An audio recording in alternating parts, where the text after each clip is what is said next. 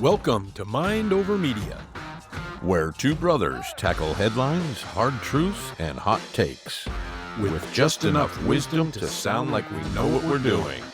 I'm John Martin. and I'm Jim Martin. We're brothers, commentators, and occasionally civil. Now, let's dive into the madness. All right, welcome to the show, everybody. Thanks for joining us. I'm Jim Martin. And I'm John Martin, and this is Mind Over Media. Thanks for tuning in. We've got a lot to talk about today, Jim. We do. We are in June, which means it's Pride Month. Yes, it is. And everybody knows what that means.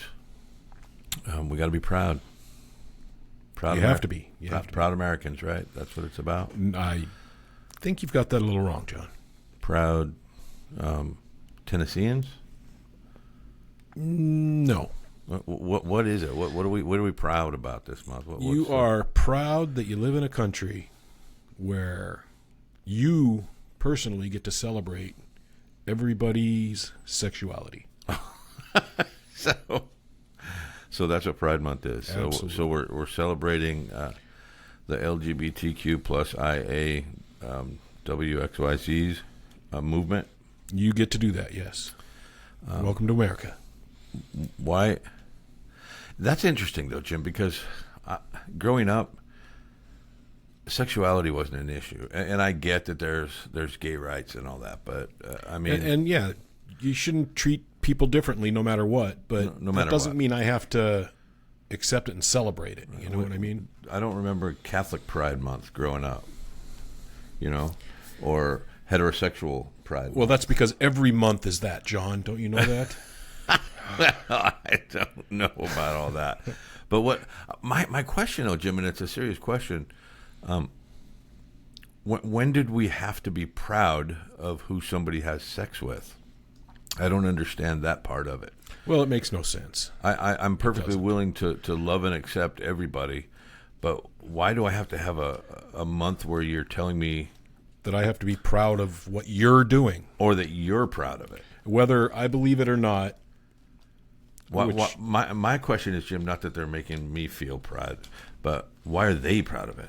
Well, like, I'm not proud of my heterosexuality. It just is what it is. It is what it is. It's not something that I've ever been proud of. I don't go around wearing a checkered shirt, flag or something so people know that I I'm have heterosexual sex with certain people. It's just odd to me. It's okay to be gay or lesbian. I just don't know what the pride part it means. Mm-hmm. I wish somebody would tell me what are we. Why what is do we that have to be proud of? What are we supposed to be proud about? Yeah. Why? Let us know. Why is that an issue? But do you think Bigfoot is celebrating Pride Month? Oh, absolutely. Yeah. Yes. we had that big interview all set up with Bigfoot, and we've got some calls from his manager and his attorneys. We did sit down. He gave us the interview, but we're not allowed to play it. Well, he was the manager was upset because his rainbow shirt was in the laundry at the time we did the interview. So we will be playing some clips of it, but we're not allowed to play the full interview, unfortunately. Yeah, we talked to Bigfoot, but and he obviously has a family. He talks about it all the time. But my thing is, are they big feet or are they Bigfoots? What is what is the plural of that? We're humans, so we have feet. No, but we're human, and when there's many of us, there's humans. When there's more than one Bigfoot, is it Bigfoots? No, John, come on, it's Big Feet.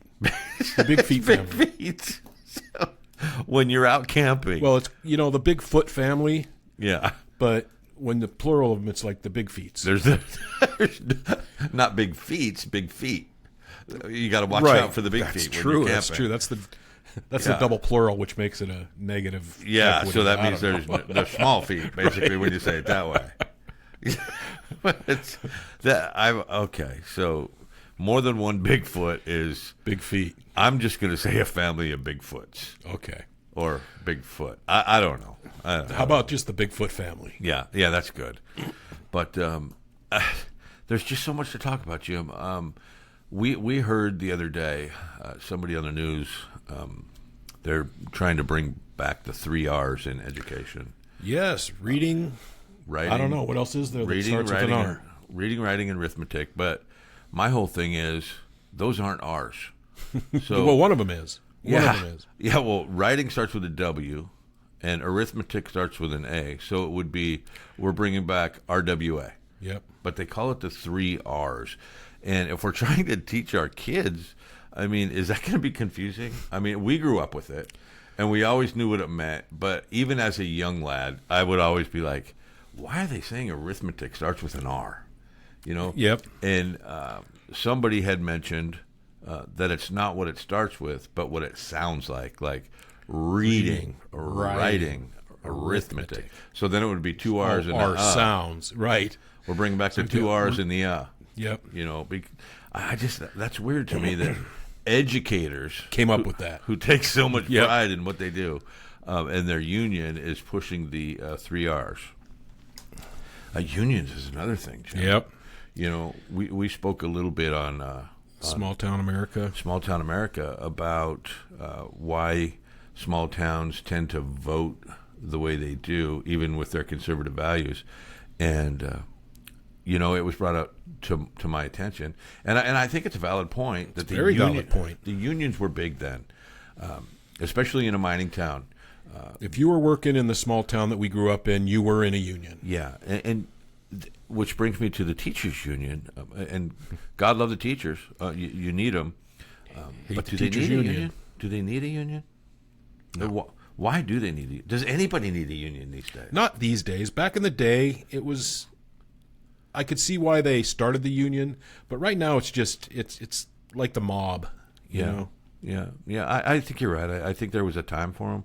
You know, we don't have 6-year-old kids working in an assembly line now, or 8-year-old kids in a newspaper being forced to work 18 hours a day. Yeah, we don't have that. But I'll tell you what we do have. We have union reps and union presidents making a lot of money, who are multimillionaires, just shuffling money around. And there are certain jobs where you need to join the union to be a part of it. When I was doing some news and weather in San Diego, it was after a shooting one day, and I walked over and I unplugged one of the lights. And I'm telling you, you can't do that. You're not an electrician. You're not the electrician's union. You talk about being scolded. They had to put red tags on the thing that I pulled out, and they said talent touched the wire. They logged it out. The engineer had to come down. They did a survey. They interviewed everybody that was in the studio. Because you pulled a plug out of the wall. Because I pulled a plug out, and that's a union job. Yep. So the engineer came down, hooked everything up, replugged it in. So a union person could come and unplug it again. It's a true story, and that is what happened. And we're all standing there. Nobody could leave until the union electrician came in, did the exact same thing I did, and said, "Okay, you're free to go." And it was so how much money and time was wasted in resetting everything up? But that's the union, and waiting for the union worker to come over and unplug it the same way you did. And I guess I should be thanking the union that I didn't get electrocuted, because they're being safe. But it is for your own safety, John. My thing is, there a place today for unions? I tend to think there is not. There, you brought up the point that there was a time for them. We didn't have laws on the books for all this stuff. We do now. And everything that the unions say they represent, you are covered anyway.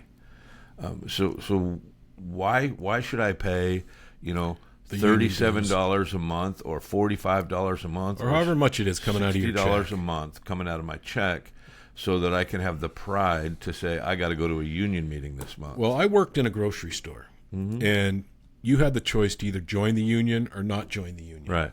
Right. Now, the people who joined the union had to pay the union dues, and they got, while I was there, they got a COVID mask. Right. Which, if you weren't in the union, you didn't get the COVID mask. Oh, so you had to buy your own You COVID got mask. every other benefit that the union worker got, Except other than the free COVID COVID mask. Yeah. So maybe it is worth it then.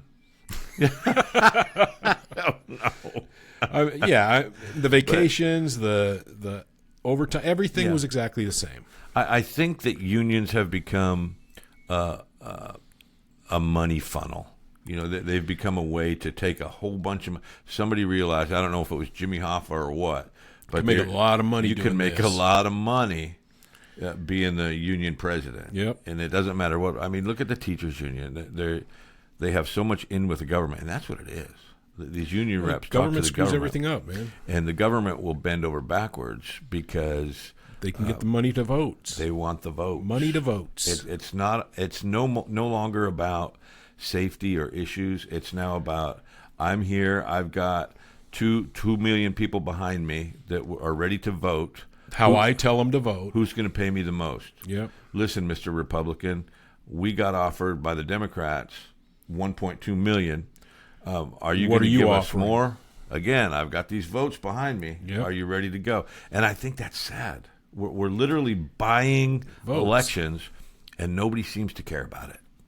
You know, lobbyists do the same thing. And what is a union president or a union rep other than a lobbyist? You're just lobbying for money and try to get stuff. You know, I need a better desk for my podcast. Right. I'm going to go out and lobby for that and try to get as much money as I can and get as many people to join my group. It just doesn't make any sense. And then go to my local state senator and say, look, I've got a bunch of people ready to vote for you. I just need a new desk. Give me the desk, and I'll get these people to vote for you. Maybe you can put some money into the desk fund, Mind Over Media fund, and we'll call it even, and you can get the votes. And and I also want a trip and a new bass boat, and I think we'll call it even. I think that's where we've got today, and it's a sad state. How do we fix that? Well, first of all, get rid of the unions. Yeah. Do you think that would ever happen? No, it's not going to happen in my lifetime. So why won't it happen? If you say we should get rid of them, but on the same breath you're saying it will never happen, why wouldn't it happen? Well, there's a lot of people still in unions, and they're going to tell the people that they're going to get benefits from the union. So it goes back to, you tell somebody something, they don't do the research, they're just going to believe what they're told. They're being part of a group. Right. Oh, I get to be a part of this group. Yep. Union 2975. Yep, B that's my system. group. Yep. And then they'll give you a shirt. Yep. And maybe throw a party once a year. Christmas party for the kids. Yep. Easter egg hunt. And those are good things. Yeah, I love those things. But I'm going to tell you. We've been to them before when we were young. But I'm going to tell you, those are things that you can do on your own. Yeah. And if the people would just band together and say, hey, everybody at this store, we're going to have an Easter egg hunt. It'd probably be better, actually. It'd be a lot better, probably. Yeah. But I'm. It's one to ponder. Do we need unions? Give us your thoughts on that. Let us know. Jim, what's our email address where people can get a hold of us? Email mindovermedia@usa.com. Please do stay in touch with us. We've got a couple we'll go over. Probably in our next episode, we'll dedicate that to some communications that we've had. But let us know your thoughts on that. Do we need unions, or are they a thing of the past? And what do unions do for you today? Not what they did in the 1930s and 40s, but what do they do for you today? Jim, what else? All right, John, I got a story here that I read. Yeah, I don't remember, a couple days ago, but we're coming up on the 50th anniversary of the movie Jaws. Yeah.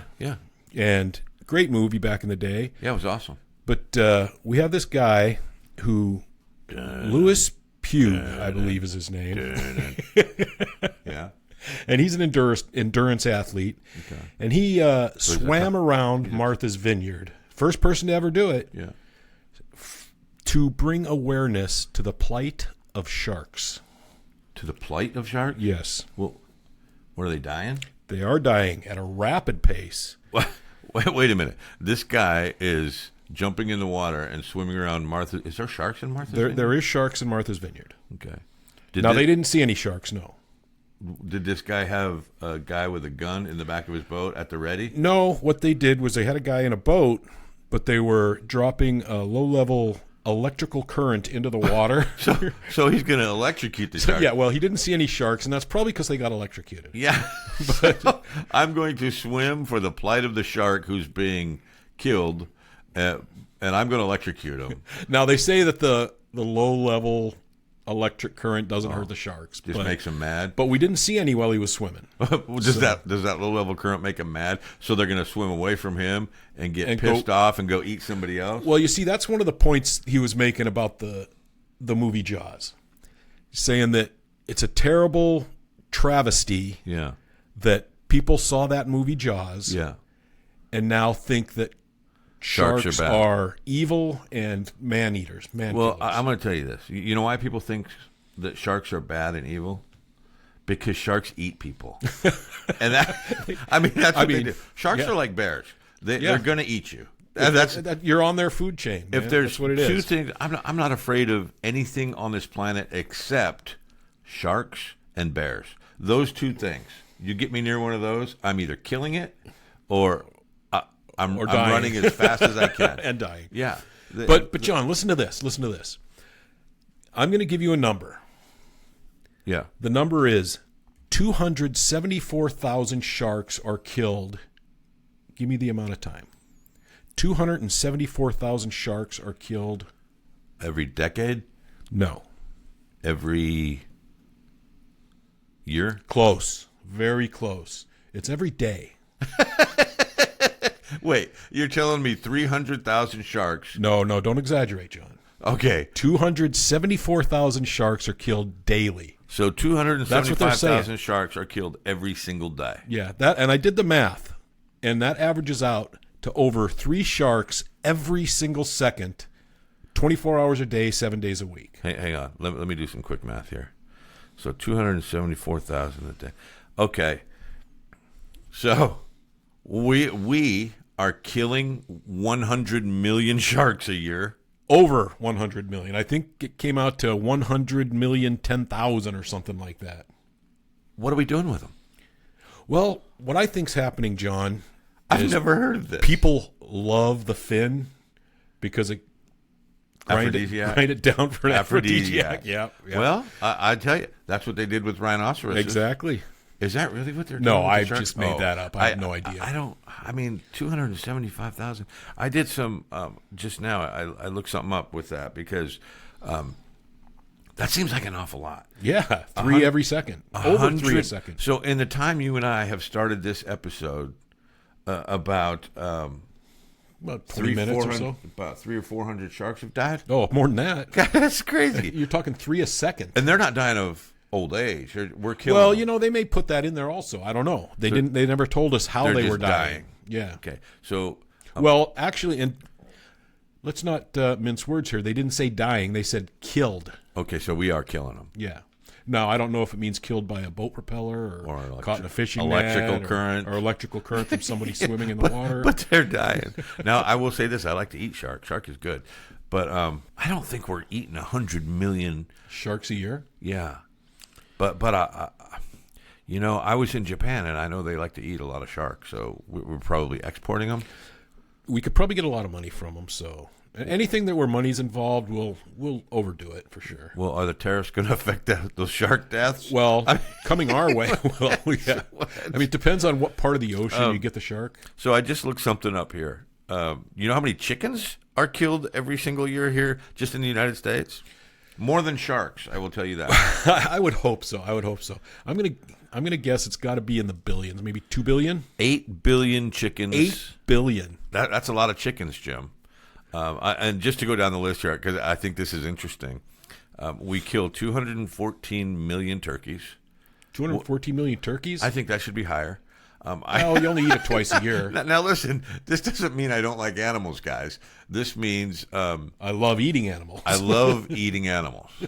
I love animals, but I love eating them. I do, and I don't eat them live, so they have to be killed. Right. There's no way I would ever eat a live chicken. Yeah. Right.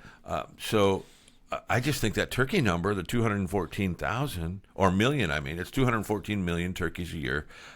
I feel like we should eat more turkey. We don't have to just eat it at Christmas or Thanksgiving. And that number actually seems high to me. You think so? 214 million? We're Well, 8 billion chickens, Figure Jim. every family Well, you're in right. America Yeah. has a turkey twice a year. Yeah. So how many people are in America? How many But families? I think there are some that have turkey more than twice a year, like me, because I love it. Well, you can't count that because that's just like a processed turkey breast. That doesn't count. But also we use it in dog food, and, Right. whatever else. Probably some colognes. I mean, who doesn't like a good turkey scent? I mean, guess how many cows are killed every year? Oh, boy. That's got to be up there with the chickens, I would think. Not even close. No? 36 million. 36 million? Yeah, that's not a lot. Boy, the vegans are doing their job. Yeah. Pigs, 124 million. Jim, So more pigs than cows. well, we love bacon. Oh, bacon, sausage, you got that. Who doesn't love You bacon? got that I mean, we're right. putting bacon on everything. So, yeah, I would say that. I mean, It does make everything better. So we put bacon on our beef. yes, wrap it in bacon. Yeah. I mean, come on. Bacon We put bacon on our ice cream, our donuts. Listen, I put bacon on my Lucky Charms, for crying out loud. Nothing is That saltiness just brings out those marshmallow flavors. really salty and sugar, Jim. Unless you've tried it, please, Let us know how that tastes. because it is good. Ducks, we won't get into that. We don't kill many of those. Only 23 million. Sheep, we're barely even hitting 7 million on those things. Wow. Yeah. Let's start eating sheep, people. Yeah, we got it. Let's start the Quit effort the towards hate. Quit the eating. hate against sheep. Sheep hate. Jim, we're going to start something and we're going to get arrested. The feds are going to knock on our door and say, you guys are haters. Fish. There's a lot of fish, guaranteed. Now, are they including shark in that? Well, we're killing almost 4 billion fish. How much shellfish? And these are two separate categories. They're not counting shellfish into the same category. So no shrimp, no crab, no lobster, none of that stuff is going to be No, in there? that's a separate category. Okay. And I'll just tell you, 43 billion shellfish every year we're killing. We're killing them. Yeah, we're killing them. Killing it, man. Holy We are cow, we're killing it. killing them. It's And I could see all of that and that's basically in the United States. yeah, so. yeah. Well, not basically. Those are U.S. numbers I Right. just looked up. But sharks, that just baffled me. It blew my mind when they said 274,000 a day. Yeah, I don't get that. I've never heard of. I've been to Florida. I've been to California. I've never heard a guy say, "Well, I got to go to work today." Oh yeah, what do you do? Well, I'm a shark hunter. I'm a shark hunter. I mean, or a shark fisherman. Right. I have heard of people go fishing for things and accidentally catch sharks. But I didn't know that many. I just Well, wonder if 3 a second, John. And 3 every second. And what's the agency? That's a government agency? Yeah, the government agency that this came from, it was the American Association for the Advancement of Science. It's the AAAS, better known as ASS. It's a real thing. It really is. So, it really so is. ASS has told. Well, are we sure that's not a bunch of crap then? Because I mean, Well, crap does come out of the ASS Association. I mean, first of all, I'm slow to believe those numbers because one, they're coming from the government, and obviously the people who are in that They have an association agenda. have an agenda. They have an agenda. They want to save the sharks. I mean, They want to make sure everybody knows how Yeah. terrible we are to sharks. yeah. Well, I'll be honest with you. If every shark disappeared tomorrow, it wouldn't affect me. In fact, it might make my life a lot better. I love to go to Florida beaches. It's Lisa and I's happy place is Panama City Beach. And, yeah, I might be a happier person if somebody said, you know what, there's no more sharks left. Well, there are sharks left. You know what is not around anymore? The dodo bird? That too, but do you remember the land shark? Land shark. I do remember that. That's an old Saturday Night Yeah, Live skit. You're yeah. going back to the Way 70s back, now. yep. Jiminy crickets. Holy cow. No, I just don't know if I have respect for people who aren't telling the truth about the numbers. Just This just can't be true. That's why it caught my eye. yeah, I don't know. But Speaking of respect, what is respect? well, it's one of the R's. So there's actually 4 R's. It's a real R. Yes, it is. It's But- actually a So could you define respect?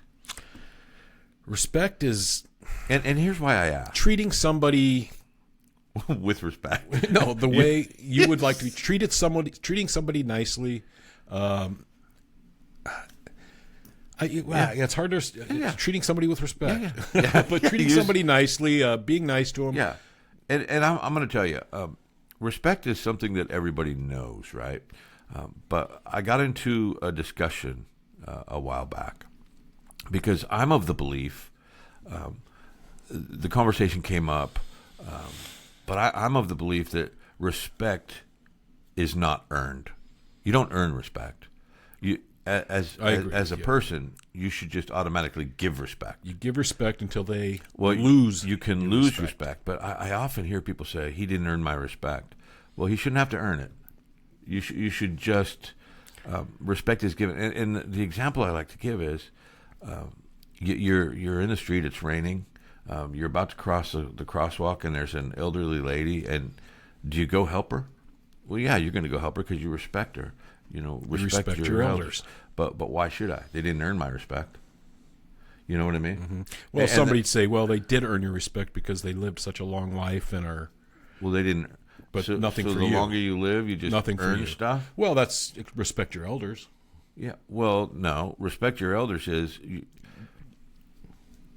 And for me, it makes sense because they don't need to earn your respect. They just get it. And you're right about that. Nobody needs to earn your respect. It should just be given, and then when you lose their respect is when.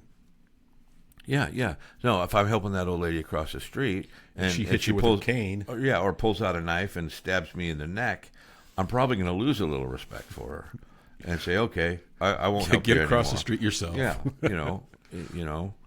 but it's an interesting topic. What is respect, and is it earned, or is it given? Or is it given? And I really do believe it is given. I believe that it's given and can be lost. Yeah, but I believe that too. Topic came up the other day, Jim, and I'm going off into left field, but we were watching a show on Netflix, and I recommended it. I didn't want to watch it because it's one of those ones that's I think it's filmed in Thai. Oh yeah, Thailand. Yeah, very good. And but it's dubbed in English, and I'm glad I watched movie, it. Though. I'm glad I watched it. It was called The Mad Unicorn, and it's about this kid who was extremely poor. I mean, poor. He didn't have shoes. He lived in a hut with his brother, his mother. His dad had left. No plumbing, no heating, no nothing. Just if he wanted something, he had to travel down the mountain 3 or 4 miles without shoes, find a way to get some money, buy a cracker, and then go back to the hills. And he made a point. He told his mom and his brother, he said, I'm going to be rich one day. And he did. And the series, and this is a true story, and it shows the tenacity and the wherewithal that certain people have. No fear. I mean, he would go into these buildings, these gorgeous buildings, and here's this kid with no shoes, raggedy old pants, and say, I need to talk to the guy in charge. And there's this CEO, multi-billionaire, and he gets a meeting with him because he's tenacious, and he tells the guy, I'm going to be your partner someday. You just don't know it yet. And I'm not going to give it away, but it's fantastic.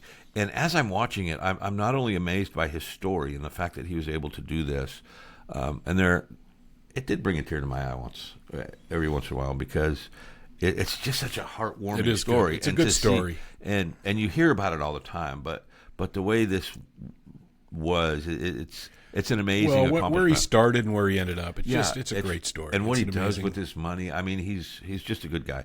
But my point is, what makes certain people that tenacious and that to be able to not be intimidated by people? You have and here's what I'm talking about. Big building with fancy people in there. A lot of people are going to be afraid to go in there and just talk to them just normally, let alone go in and... I know people today, they're ready to go to an interview, and it's just at a regular old whatever, and they get anxiety ridden. Oh my gosh, I'm going to an interview. Where this guy, he was talking to billionaires. Yep. And he didn't have any shoes, and he didn't speak their language. He talked completely different because he was from the mountains. And if somebody told him he was stupid, his response was, "Well, maybe I am. How can I change it?" Yeah. If more people were like that, get rid of your fear, man.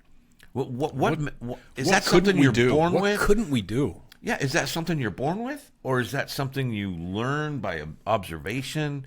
Did somebody? I know his mom and dad didn't sit him down. No, and say, "Hey, be look, tenacious you no gotta matter be what." tenacious." Right. Yeah, his mom was saying, "Go fill some sandbags and go sell them at the sand factory and bring home 6 crackers baht at the end right. of the week." And that's what she was telling him, because that's a steady job for her. Some people, John, I think just have the drive, and they're growing up like he did, the drive to not want to stay there, to be able to, I'm going to do whatever it takes to get myself out of this position. Yeah. And other people are just content with surviving. Yeah, or getting to a certain point and saying, "Okay, I'm good Yep. enough." Man, imagine if we all had that drive. The drive to never be good enough. Not just what our personal lives would be like, What the country, what the world would be what like. the world would be like. The things that we could accomplish if we could get over just one thing: fear. Just get rid of it. Yep. You know, I don't like to promote anybody on the show unless they pay us. Yeah. But Nike, I think, has the greatest tagline of all time. Just do it. I used to use it in my training. I used to use it at every management job I ever had. I would say, guys, just be like Nike and just do it. You know, you can't think about it. You can't.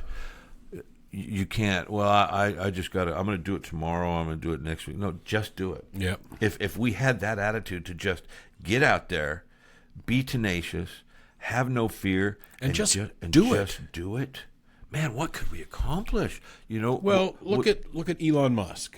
Yeah, that's kind of his thing. Kind of the same thing. I mean, I look at J.D. Vance too in the same way. Yes, absolutely. He's coming from nowhere. You know, second highest.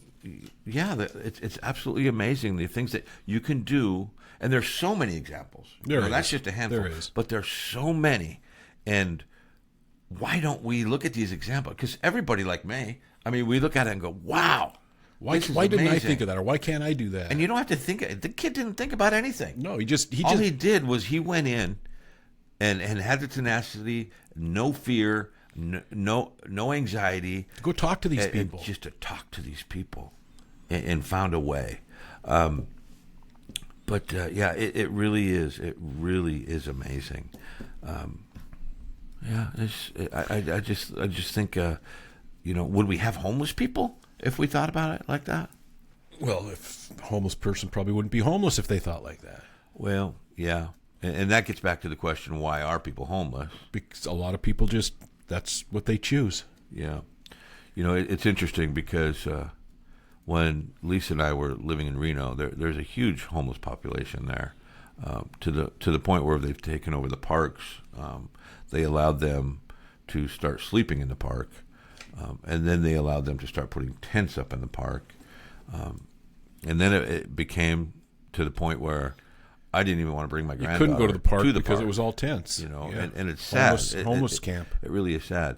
And I've talked to several of them, and I had this big idea. I was going to go figure out the homeless population. Well, it took me about 2 hours to figure it out. So, when they say we've only got 6 billion towards the homeless population, so we could probably buy 6 tents with that. Yes, for $6 billion. But it took me about 2 hours of talking to homeless people that they're homeless not because just one day they lost their job and lost their house and didn't have anywhere to live. Those people, for the most part, they'll live with a family member or a friend. Yep. But then what happens is they get into the drugs. And then there is no more friends Alcohol. or family to live with because they burned all those bridges.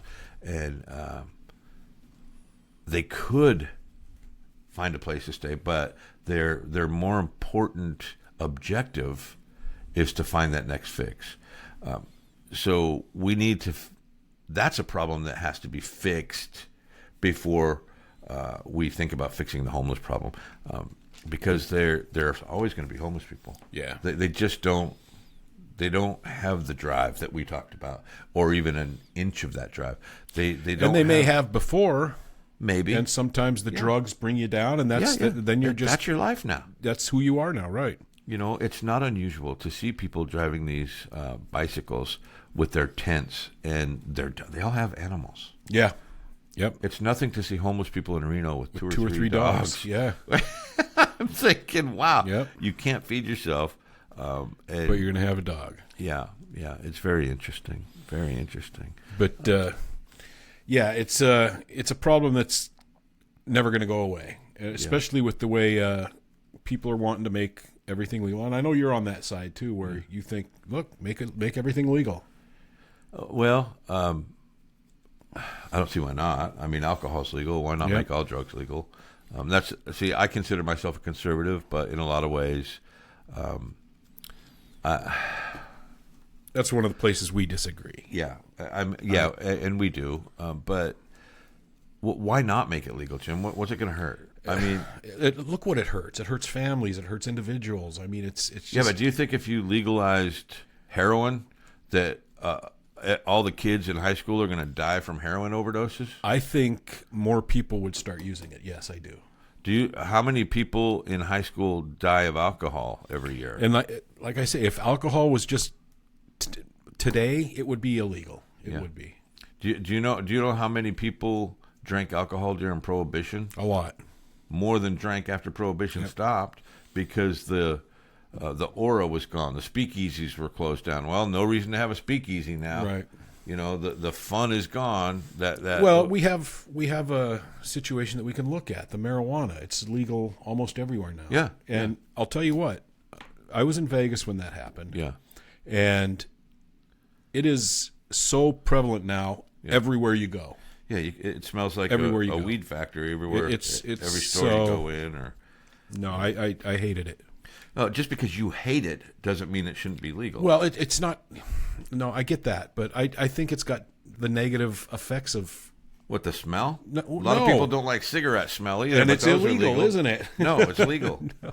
It's legal for me to go buy a pack of cigarettes and smoke not in Boulder. Well, I'm just telling you. No, I know. It's I know what you're saying. I disagree with the legalize all the drugs and let people do it if they want to. No, it shouldn't be like that. Why? Because it's too available. You're afraid that it's gonna it will, John. If it's legalized, more people would try it. People that wouldn't try it if it was illegal would be doing it. Here's what I think people like you are afraid of. We like to live by rules.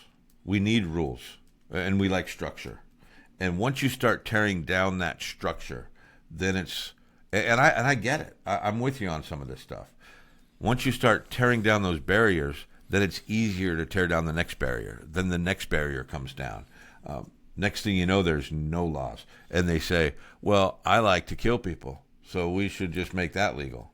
So I get that, and that's a ridiculous progression. Right. But it is nonetheless a progression.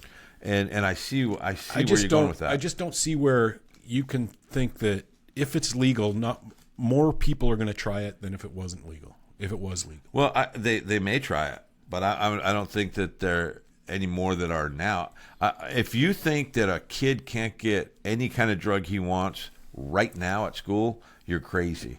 The only thing it would do would make it safer. There wouldn't be fentanyl in it. There wouldn't be all those other drugs that are killing kids in it. It would be a pharmaceutical grade, and it would be safer. Well, which brings us to another point about how's that stuff getting into the country. Well, yeah, it gets in there through Clint Eastwood, because wasn't he a mule? He was the mule. Yes. Yeah. I mean, I saw that show, that documentary. The mule. The documentary. But you've got these illegals coming up and bringing all this stuff into the country, and it's I don't know. I just I think a small amount of it is illegals carrying it over. The larger amount is, Jim, and if you think that illegals are responsible for the vast majority of drugs in this country, no, not the vast majority. You're crazy. Not the vast majority. I'll tell you where they come from. They put them on a boat, they ship them, and then they unload them, and they get rid of them. Cargo ships, Yeah. Now, do people know that those things are coming on? Yeah, of course they do. Every once in a while, we'll stop one so that we can say, hey, look what we're doing. They're making a lot of money off of it. It's kind of like cancer. I look at it like cancer. We could cure cancer tomorrow. I'm convinced of that. Oh, I bet. I'm sure of it. I'm sure of it. All the money spent on cancer. We could probably cure illness tomorrow. Cancer is too big of a moneymaker. Well, being sick is a huge moneymaker, Jim. There were more billionaires made during the 2 years of COVID than at any other time in history. That tells you something about our pharmaceutical business. Well, there's pills for everything now. For everything. Everything. And I think we should be allowed to take them if we want to.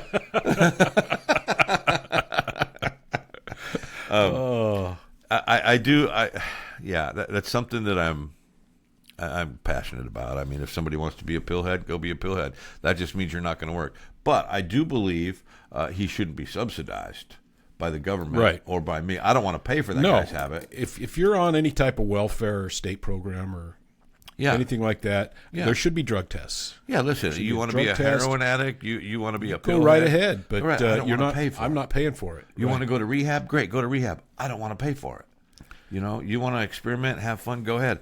I don't want to pay for it. Yep. I'll tell you what I want to pay for. I want to pay for my own vacation, my own bills. I want to pay to have my kids come down and see me. Yeah, and you know what else? When I go to work, I don't want the government taking half my damn money. Check. I want my money that I earned. Jiminy crickets. Ridiculous.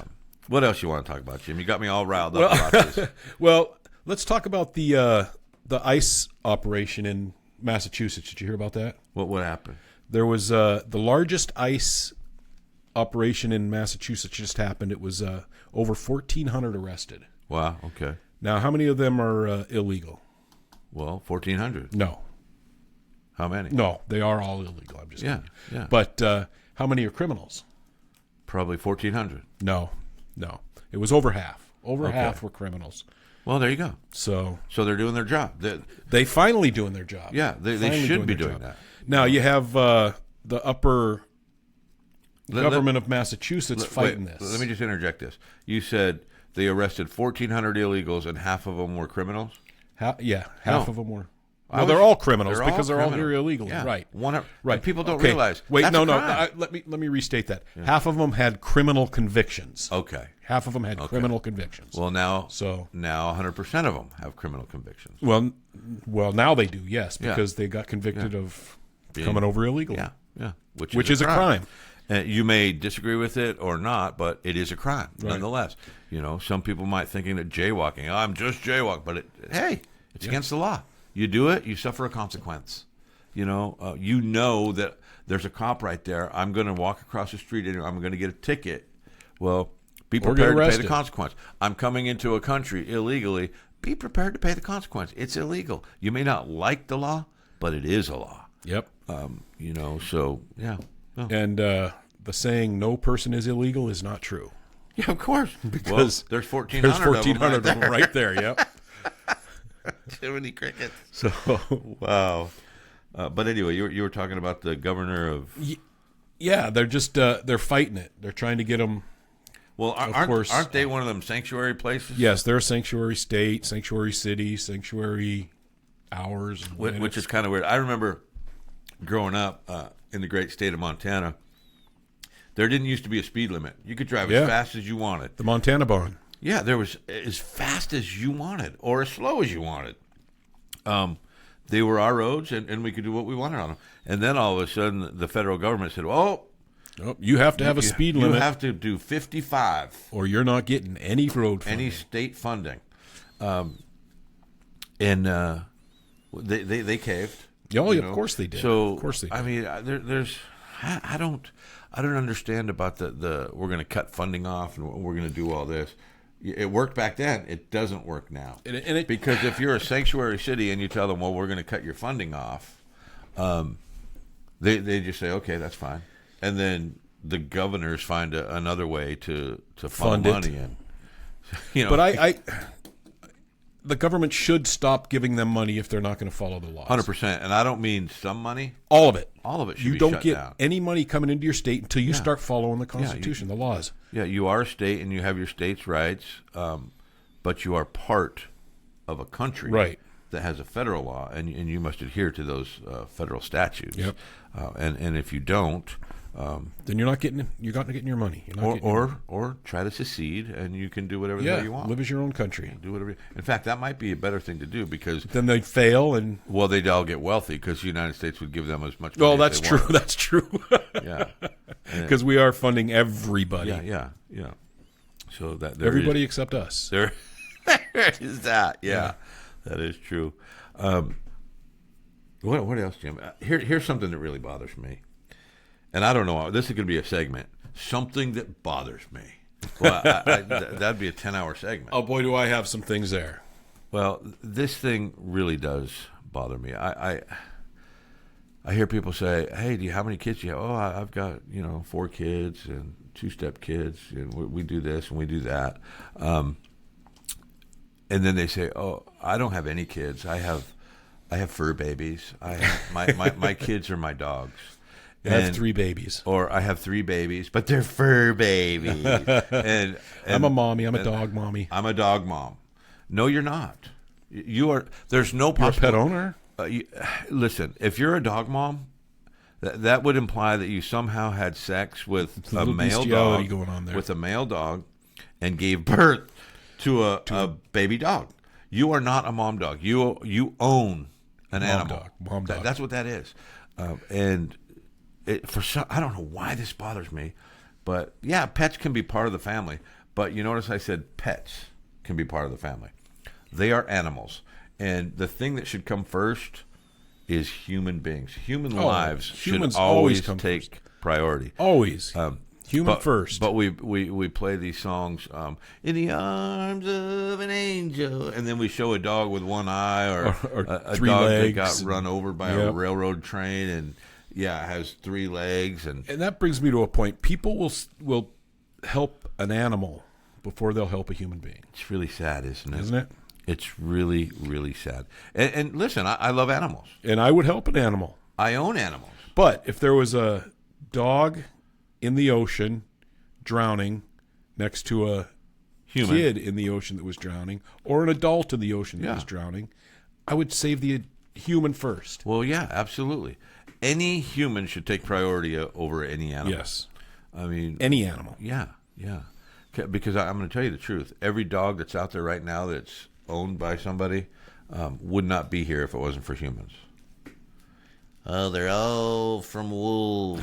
But they're not wolves right now. The way they got that way is we domesticated them. We manipulated them. We take this out of that one, this out of that one, and we made a cockerdoodle and a miniature Snoozeyhausen and whatever else. You know what? Oh, you want a small dog with big ears? Oh, we can here's do a that. puppy luggy one. Oh, you want a poodle that's smart, but you want it to look like Lassie? Yep. Yeah, we can do that. Oh, hair bothers you, but you like the big dog? So, the whole wolf thing, I mean, we manipulated those creatures into what they are today. And don't get me wrong, I love them. Yeah, no, I love them. I do too, but those aren't natural beings. We made those. We lord over those. Yeah, crossbreeding. They wouldn't be there if we didn't make them. It's like mixing a cake. You pour a little of this, a little of that. Next thing you know, you got a pancake. Yep. Or whatever. A little more of this, and now you got a pound cake. Yeah, now you got a pound cake. Little more egg. Now I got red velvet cake. Right. It depends what you put in the bowl. Yeah. What comes out. But we're the chefs. We made it. Yep. And we should always take priority over the human being when it comes to humans and animals. And please, folks, they are not your babies. They are your pets that you and love, they are part of your family that you love very much. They are part of your family. Yes. But that's just one of those things that always bothers me, Jim. And I do. I'm guilty of this. I go home and hey, my babies, how you doing, my little baby? Yeah, it's fine to call them that to their face because they don't know what the hell you're talking about. Right.